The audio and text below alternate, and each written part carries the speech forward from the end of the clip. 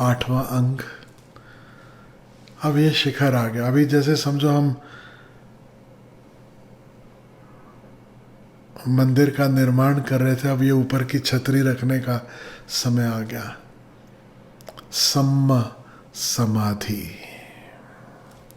सम्यक समाधि, और इसे सम्मा सती के ऊपर रख रहे हैं गौतम बुद्ध। सम्मा समाधि। वैसे बाय द वे समाधि की बात मैं करूं, 8वें अंग की बात मैं करूं, तो मैं आपसे कहना चाहता हूं कि बुद्ध के ही शिष्यों ने धीरे धीरे 8 अंग पे बात खत्म हो गई ऐसा रहने नहीं दिया।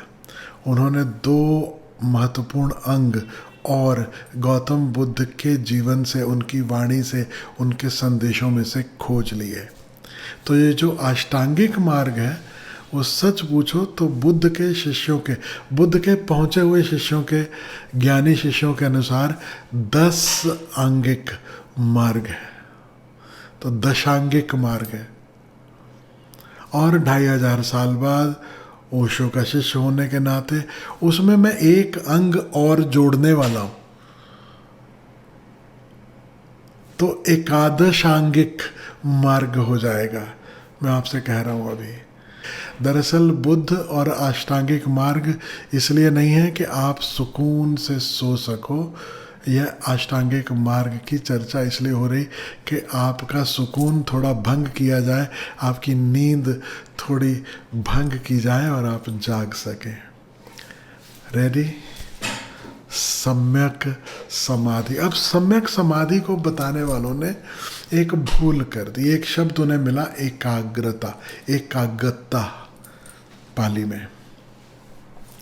दरअसल कंफ्यूजन, मुझे ऐसा लगता है कहीं कंफ्यूजन हो गया ऐक्य में और एकाग्रता में, एक चित्त होने में और एकाग्र होने में थोड़ी सी भूल हो गई। तो बहुत लोग इस 8वें अंग की जो ट्रांसलेशन करते हैं अंग्रेजी में खासकर, वे कहते हैं राइट कॉन्सेंट्रेशन। नहीं, it is not right concentration. Samadhi is the deepest state of meditation. The deepest state of meditation, जिसमें कुछ करना नहीं होता। ध्यान तक, इसके पहले तक, सम्मसति तक आप कुछ ना कुछ उपाय कर रहे हो। अब इस अंग में आकर कुछ करने को नहीं बचता। यह प्रसाद है। यहाँ पे हैपनिंग की शुरुआत होती है। Now things are happening and they happen at their own pace. All you can do is work up to the 7th. The 8th is a happening. 8वां प्रसाद है, प्रसाद है। और उस 8वें के भी विभाजन करते हैं गौतम बुद्ध, वो मैं आपसे कहूँगा। सम्यक स्मृति में, सम्यक जागरण में, इसके पहले अंग में, ध्यान में, साक्षी भाव में होश की साधना है।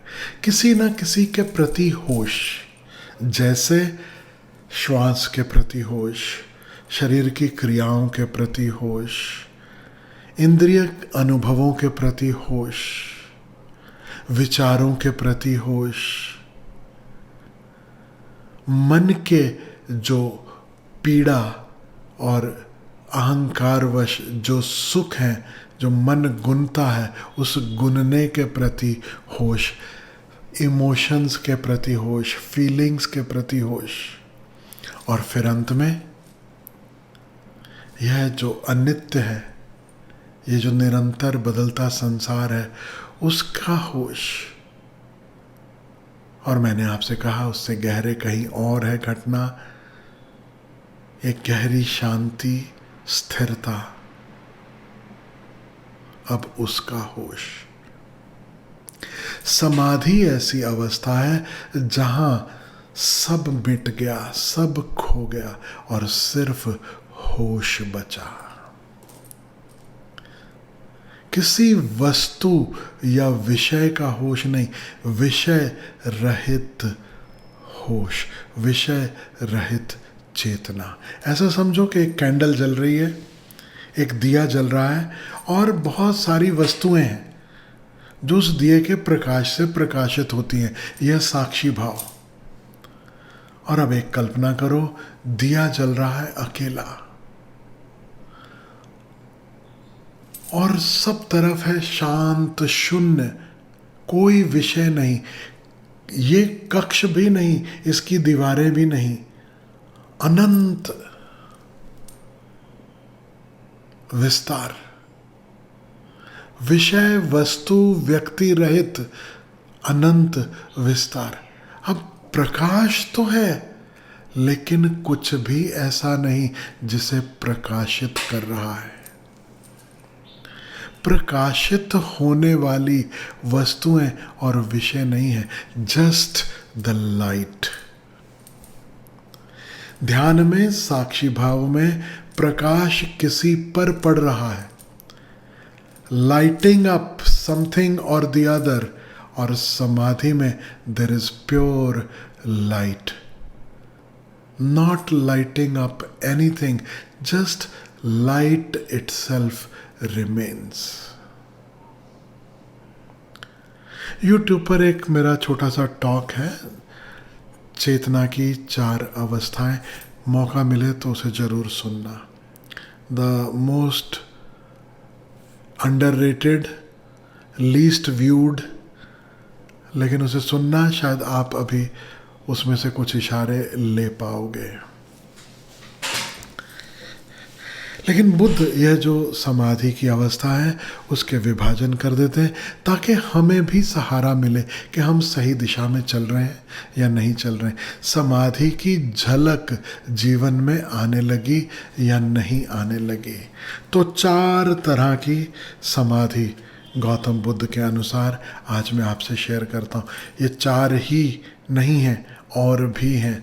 अन्यत्र बुद्ध अपने जीवन काल में बोलते हुए कभी भी किसी बुद्ध का कोई भी टॉक याद रखना कंप्लीट नहीं है। उस समय जो समक्ष मौजूद है वो कितना ले सकते हैं, कितना समय है, उस ढंग से वो दिया गया टॉक होता है, कभी भी कंप्लीट नहीं। कितना ही कहो अधूरा ही रहता है। और कई कई आयाम जब पात्र है सामने तो वो बाहर आते हैं। यहाँ आज अभी यह 4 आयाम जो मैं समझता हूँ महत्वपूर्ण है, जहन में रहे, हृदय में रहे, ताकि ख्याल में रहे कि एक रोड मैप है।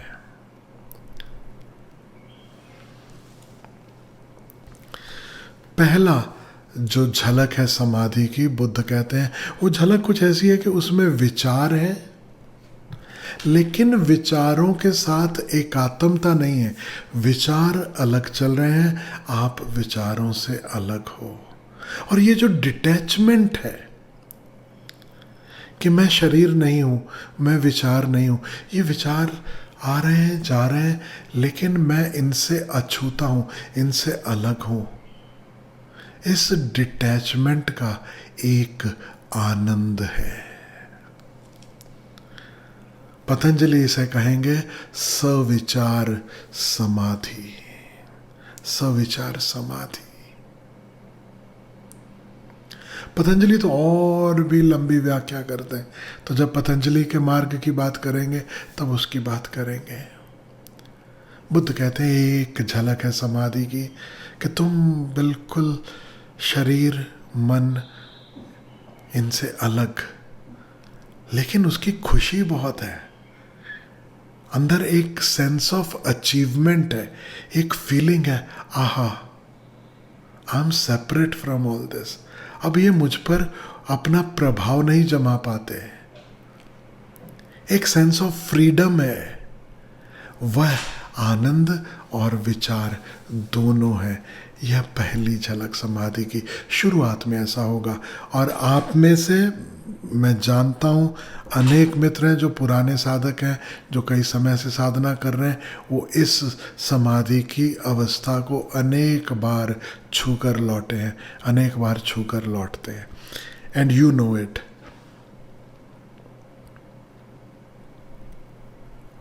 दूसरी अवस्था बुद्ध कह रहे हैं समाधि की दूसरी झलक है जब ये जो डिटैचमेंट का जो आनंद है, ये जो सुख की अनुभूति है, ये आनंद तो है, जॉय तो है, लेकिन विचार नहीं है, सिर्फ आनंद का एहसास है। You are in bliss and there are no thoughts. कभी कभार आपने भी, आप में से कईयों ने उस अवस्था को भी छुआ है। तीसरी अवस्था है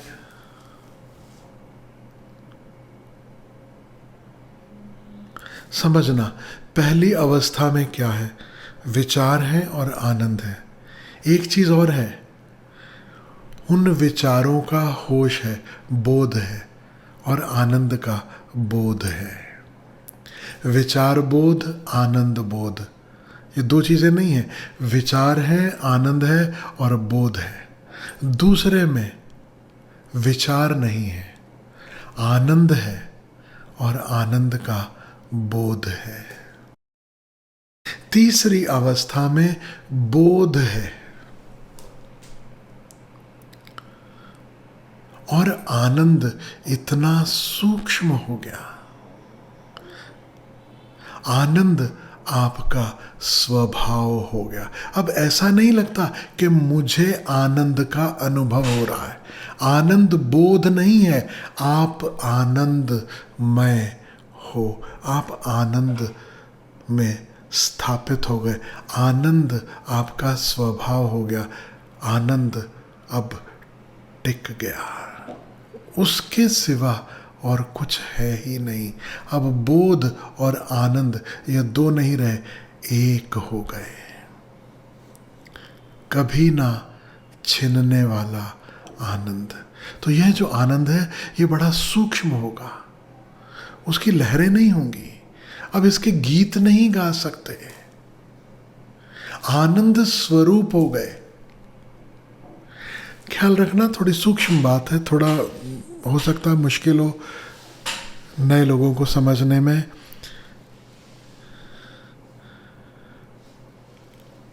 आनंद है और आप हैं, आनंद की लहरें हैं और उनका अनुभव है, ये दो है।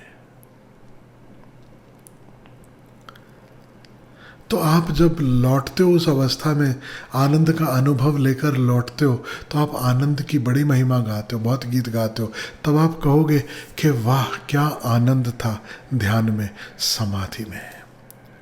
लेकिन जब आप नहीं हो, मैं नहीं है, भोक्ता नहीं है, आनंद स्वरूप ही हो गए, अब लौटकर आनंद के गीत नहीं गा पाओगे। अब वो स्वभाव है, बस वही है, ऐसा ही है। समझना, गीत हम किसके गाते हैं? जो कभी कभार मिलता है, नया नया प्यार हुआ किसी से, अब आप प्यार के गीत गाते हो। किसी को पहली बार आपने छुआ, हमारे जमाने की बात करता हूं, उंगली से उंगली छू गई तो ऐसी सिहरन, ऐसा करंट लगता था, रोम रोम में वो करंट पहुंचता था, और तब कविताएं निकलती थी भीतर से। अब कल्पना करो, जिसकी उंगली छूने से ये सिहरन होती थी, अब शादी भी हो गई, बच्चे भी हो गए, अभी मिट्टी का तेल भी लाना है। आजकल मिट्टी का तेल नहीं लाना पड़ता, गैस बुक करानी है, ये करना है, वो करना है, अब कोई सिहरन वेरन कुछ नहीं होती। अब वो मिलन हो गया, अब है बस। अब तुम गीत नहीं गाते, अब कहाँ से गीत गाओगे? अब है, अब क्या गीत? कभी कभार मिलते थे, ये रात ये चांदनी फिर कहाँ, सुन जा दिल की दास्तां। क्योंकि ये रात कभी कभार आती थी, कभी आई। ये रातें, ये मौसम, नदी का किनारा, ये चंचल हवा, कभी कभार जब आप नदी किनारे जाते हो तब ये महसूस होता है। लेकिन आपका घर ही नदी किनारे हो।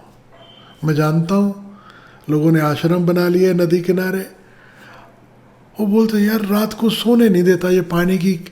आप जाते हो, आपको लगता है कि वाह, बाजू से छोटी सी नदी गुजर रही है, कितनी प्यारी कलकल की आवाज़।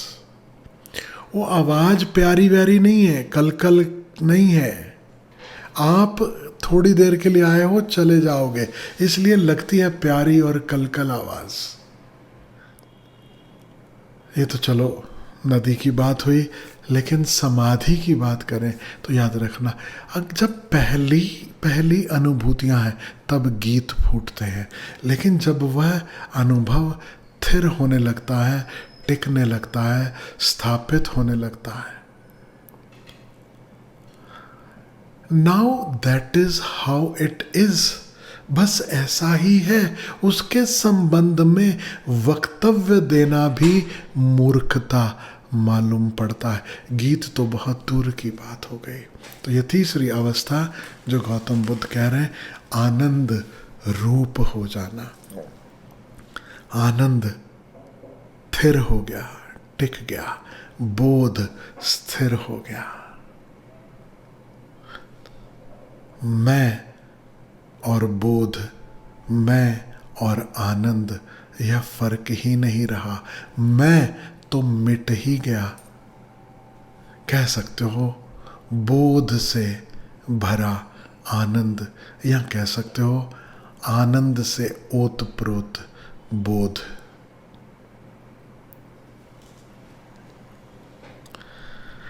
और फिर चौथी अवस्था है, वह बोध मात्र, प्योर अवेयरनेस। आनंद भी विदा हुआ, सब विदा हुआ, व्याख्याएं भी विदा हो गई कि आनंद है। तीसरी अवस्था में, चौथी अवस्था में जो थोड़ा सा फर्क है वो आपसे कहूं, तीसरी अवस्था आनंद रूप है। ठीक, एक ऐसी अवस्था में हमारा आगमन होता है जहां राग और द्वेष नहीं है, जहां द्वैत नहीं है, जहां दो नहीं है, सब जैसा है वैसा है, लेकिन अभी भी हैपन का एहसास है। Being is still there. In the very first state, I am. In the second state, I गया, amness रह गया। थर्ड स्टेज में isness, और फोर्थ स्टेज में nothingness। पहले में मैं हूं ऐसा एहसास, दूसरे में मैं मिट गया लेकिन हूं होने का एहसास, तीसरे में वो मैं हूं या कोई और है, दो है, ये सब एहसास मिट गए, लेकिन फिर भी कुछ है, एक उपस्थिति है, एक वजूद है। और चौथी अवस्था में हैपन भी गया, शून्यता।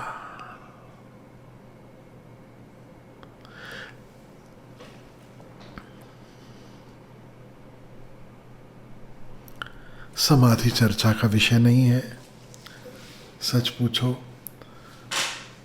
अनुभव की बात है। कहना इसलिए ज़रूरी समझता हूँ, बुद्ध ने इसलिए कहा कि एक रोड मैप हो आपके सामने, आपको पता हो कि यहाँ से गुजरना है, यह मेरी मंजिल है, ताकि एक क्लैरिटी हो, सिर्फ इसलिए कहा। तो अष्टांगिक मार्ग यहाँ पर पूरा होता है, 8 अंग पूरे होते हैं, उनकी जो चर्चा की जा सकती है, व्याख्या की जा सकती है, उनके संबंध में जो कहा जा सकता है वह पूरा होता है। हाँ, अब इसके बाद कोई प्रश्न हो, डिटेल्स हो, पूछना हो, वह जिंदगी भर चलते रह सकता है। और 2 अंग जो बुद्ध के शिष्यों ने खोजे वो मैं आपसे कहता हूँ कि बुद्ध ने तो कहा कि समाधि जो है वह संबोधि में परिवर्तित हो जाएगी. Samyak samadhi will lead to state called samyak sambodhi. निर्वाण की अवस्था, वह चौथा अवस्था, वह शून्य की अवस्था. लेकिन शिष्यों ने कहा कि और भी अगर बंटवारा करना हो तो 2 अंगों में इसे भी बांट सकते हैं. पहला, सम्यक समाधि हमें लेकर जाएगी सम्यक ज्ञान में, और सम्यक ज्ञान हमें ले जाएगा सम्यक मुक्ति में. And that's it. यहां पे चैप्टर क्लोज हो जाता है. तो यह दशांगिक मार्ग हो गया. सम्यक samadhi will lead us to सम्यक ज्ञान. और वो ज्ञान कैसा? अगर मुक्ति ना दिलाए तब तक ज्ञान भी अधूरा है. फिर सम्यक ज्ञान हमें मुक्ति में ले जाएगा, निर्वाण में ले जाएगा. ठीक वैसे ही जैसे महावीर कहते हैं, दर्शन, ज्ञान, चरित्र. पहले दर्शन होंगे और दर्शन तुम्हें औ में ले जाएंगे. तुम अचंभित रह जाओगे. फिर ज्ञान होगा कि ये दर्शन जो है अपने भीतर एसिमिलेट होगा. उसकी जड़ें हमारे हृदय में बसेंगी, वो फैलेगा. तब दर्शन बनेगा ज्ञान कि अरे यह तो ऐसा है, this is how it is. अब देयर इज नो ऑ. ये तीसरी अवस्था. ये जो 4 समाधि की अवस्थाएं कही ना, पहली में विचार भी है, बोध भी है, आनंद भी है. दूसरी को महावीर कहेंगे दर्शन. विचार नहीं, कुछ नहीं, एक शून्य आकाश के दर्शन हुए, लेकिन असिमिलेट नहीं हुए. तीसरी अवस्था में जहां हम आनंद रूप हो जाते हैं बुद्ध अनुसार, वहां महावीर कहेंगे ज्ञान. अब ये ज्ञान हुआ, असिमिलेट हुआ. चौथा मुक्त करेगा. चौथे में मुक्ति है. तो दशांगिक मार्ग की जब हम बात कर रहे हैं तो चूंकि ओशो का शिष्य हूँ और कुछ जोड़ू नहीं, तो फिर शिष्य कैसा. तो 11वीं बात में जोड़ना चाहता हूँ. 2500 साल बाद सम्यक मुक्ति के बाद क्या? प्रश्न तो उठना चाहिए ना. अब मुक्ति मिल गई, बात समाप्त हो गई, अब क्या करें? शरीर छोड़ दें? क्या करें? 11वां है सम्यक उत्सव. सम्यक उत्सव. अब जब मुक्ति हो गई तो फिर ये सारा पसारा, ये सारा नाटक, ये सब क्या था, किस लिए था? बहुत बार प्रश्न उठता है, बहुतों को प्रश्न उठता है, अगर हमें पहले से ही मुक्त क्यों नहीं कर दिया? ये परमात्मा भी बड़ा सैडिस्ट टाइप का लगता है. पहले बंधन में डालो, फिर हमें बंधन की पहचान करने निकालो, फिर बंधन से मुक्ति के उपाय खोजने लगाओ, फिर हम उपाय करें, 50 जगह धक्के खाएं, 100 जगह मुंह मारें, कहीं से रास्ता मिलेगा, कहीं से नहीं मिलेगा, फिर गति हो रही है, फिर नहीं हो रही, अभी अटक गई, अभी इतने जन्म बीत गए. ये ड्रामा किस लिए? Why is he so such a sadist? वो हमें पहले ही जन्म के समय मुक्ति क्यों नहीं प्रदान कर देता? कर सकता था, लेकिन फिर ये लीला कैसे होती, फिर ये खेल कैसे होता? और जहां लीला नहीं, जहां खेल नहीं, वहां उत्सव नहीं. अंतिम कहानी ओशो की कहता हूं और बात पूरी.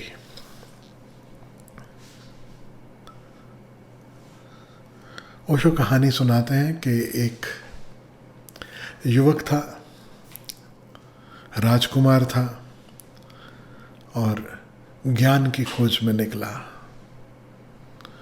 और एक साधु के पास पहुंचा और साधु के पास घोड़े पे बैठे बैठे, क्योंकि राजकुमार था, पैसा था, पावर था, सब था, तो अलग अलग नशा रहता है।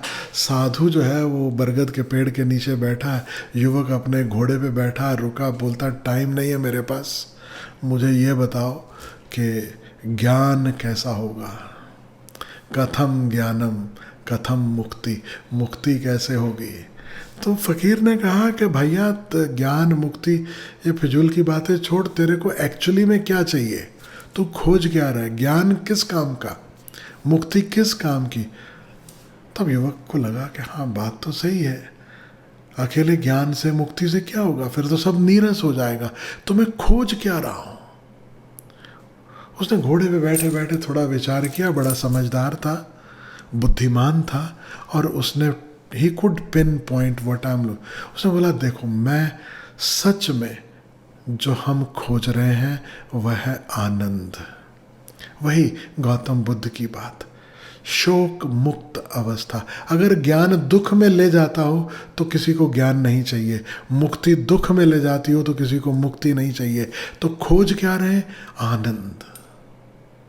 तो उस फकीर ने कहा आनंद खोज रहे हो, बोले हाँ, बोले पक्का, बोले पक्का, तो उसके लिए कोई कीमत चुकाने तैयार हो। अब राजकुमार को थोड़ा गुस्सा आ गया, उसके पास घोड़े पे ही थैली रखी थी स्वर्ण मुद्राओं की, साथ में लाया था कि कभी हो सकता है खरीदना ही पड़े ज्ञान और मुक्ति, तो मेरे पास दाम तो हो चुकाने के लिए। उसने वो थैली घोड़े से यूं फेंकी फकीर के सामने और कहा ये रही स्वर्ण मुद्राओं की थैली, यह देने को तैयार हूँ जो मुझे आनंद दिलवा दे। फकीर ने आओ देखा ना ताओ, थैली उठाई, कंधे पे रखी और भाग लिया, भाग खड़ा हुआ। राजकुमार थोड़ी देर तो उसको वक्त लगा, क्योंकि फकीर से, पुराने जमाने में फकीर सब ऐसे ही नहीं थे जैसे आजकल बाबा लोग हैं, अच्छे फकीर हुआ करते थे। तो उसे उम्मीद ही नहीं थी फकीर ये माल लेके एकदम भाग जाएगा। इस युग में तो फेंकता ही नहीं, पहले बोलता पहले आनंद बताओ फिर पेमेंट बाद में, कलयुग की बात अलग है। लेकिन उस जमाने में उसने थैली फेंकी, फकीर थैली लेके भागा गायब, और बस अब राजकुमार घोड़े से पीछे पीछे, फकीर कभी गांव की इस गली में कभी उस गली में, और ऐसी ऐसी जगहों पे घुस गया जहां घोड़ा भी नहीं जा सकता। अब राजकुमार की सारी पूंजी वही थी, उसने घोड़ा भी छोड़ा, भागते हुए उस फकीर का पीछा करने लगा, कभी इधर। और फकीर बड़ा गजब का, एकदम आंख से ओझल भी ना हो जाए, छुप भी ना जाए, उसको पता चले कि राजकुमार कहीं रुक गया, थक गया है, तो फिर कहीं कंकर वंकर मार के कुछ इशारा कर दे कि वो किधर है, और फिर भागे, और राजकुमार फिर पीछे भागे, भागते भागते भागते भागते भागते भागते अंततः फकीर वापस उस बरगद के पेड़ के पास लौटा। बरगद के सामने उसने थैली छोड़ी और खुद पेड़ पे चढ़ के बैठ गया। राजकुमार सब जगह ढूंढते आया, फकीर तो नहीं मिला, थैली दिख गई। थैली खोली, थैली देखी, अरे वजन देखा, बराबर ही लगता है। हाश, इतनी शांति उसे महसूस हुई, इतना आनंद उसे महसूस हुआ, आंख बंद करके बस बैठ गया वहीं पे। तभी फकीर ने बरगद के पेड़ से पूछा, क्यों, मिला आनंद, मिला सुकून? राजकुमार ने हाथ जोड़े। कथा का अर्थ यह है कि हम बुद्धत्व अपने साथ लेकर ही आए हैं। हम वह ज्ञान, वह मुक्ति हमारे साथ लेकर ही आए हैं। वह कभी हमसे जुदा हुई नहीं। हाँ, हम एक स्वप्न में डोल रहे हैं, घूम रहे हैं, लगता है कि वह सब खो गया है। बस पुनः स्मरण करना है, हमारी झोली सदा से भरी है, हमारी थैली सदा से हमारे पास है। और आज ही मुझे ओशो की एक कोट, हमारे मित्र हैं, ओशो के ही सबसे छोटे भाई हैं अमित स्वामी, आज भी पूना आश्रम में रहते हैं, उन्होंने भेजी। तो वो कहीं ना कहीं कोट भेजते रहते हैं कहीं ना कहीं से, लेकिन ये ओशो के वचन आज ही आने थे। जिस दिन इस कार्यक्रम की पूर्णाहुति है, यह महत्वपूर्ण है, ये ओशो के हस्ताक्षर हैं। तो वह जो कोट है वो मैं आपको पढ़ के सुनाना चाहता हूँ, सुनो। अंग्रेजी में है, Zen the path of paradox नाम की पुस्तक है, उसमें से 3री वॉल्यूम में पहला प्रवचन होगा। उसमें buddhahood is not somewhere far away. मुक्ति, निर्वाण, तुम्हारा बुद्ध स्वभाव कहीं दूर नहीं है। You are sitting just on top of it, तुम उसी के ऊपर बैठे हो। यू आर इट, वही तुम्हारा होना है, तुम बुद्ध ही हो। So there is no need to go anywhere, तो कहीं भटकने की जरूरत नहीं। You just have to become a little alert about who you are. बस इतना ही करना है, थोड़ा होश, थोड़ा जागरण कि मैं कौन हूं। इट हैज ऑलरेडी हैपेंड, वो जिसे निर्वाण, एनलाइटनमेंट कह रहे हैं ना, ओशो कह रहे हैं इट हैज ऑलरेडी हैपेंड, वो हुआ ही हुआ है। Nothing has to be achieved, nothing has to be done, only one thing, you have to become more alert, more aware. बस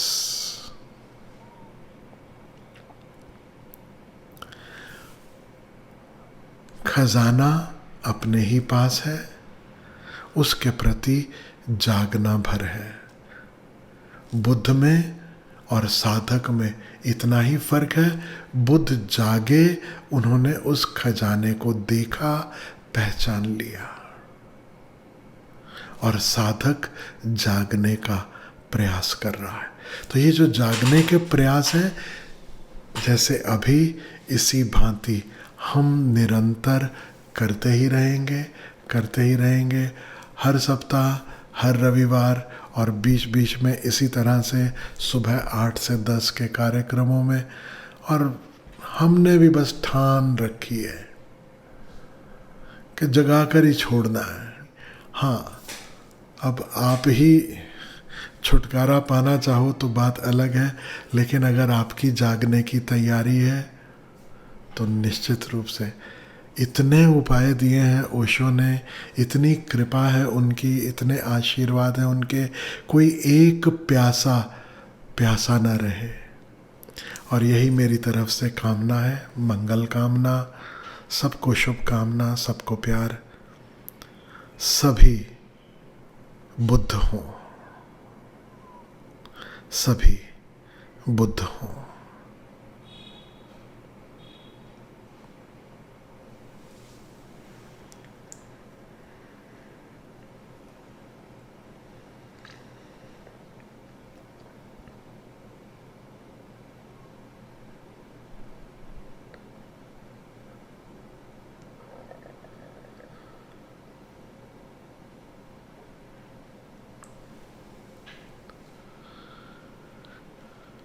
सभी बुद्ध हों।